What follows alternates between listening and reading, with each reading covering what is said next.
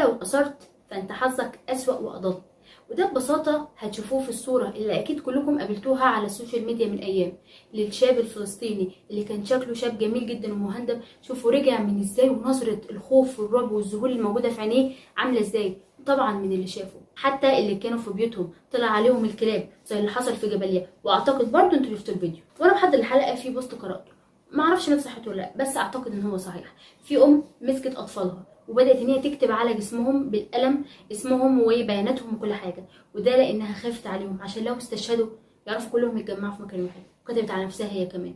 انتوا متخيلين بقى اقصى طموح الناس واصل لحد فين؟ دلوقتي حاليا بقى في آلاف من الأطفال بتعاني من فقدان الحركة وعندها إعاقات كتير. دلوقتي في آلاف الأطفال بتعاني من المجاعات ومن الخوف ومن الجوع. دلوقتي في آلاف الأطفال فقدوا آبائهم. دلوقتي في آلاف الأطفال بتعاني من فقدان الطمأنينة والأمن. دلوقتي في آلاف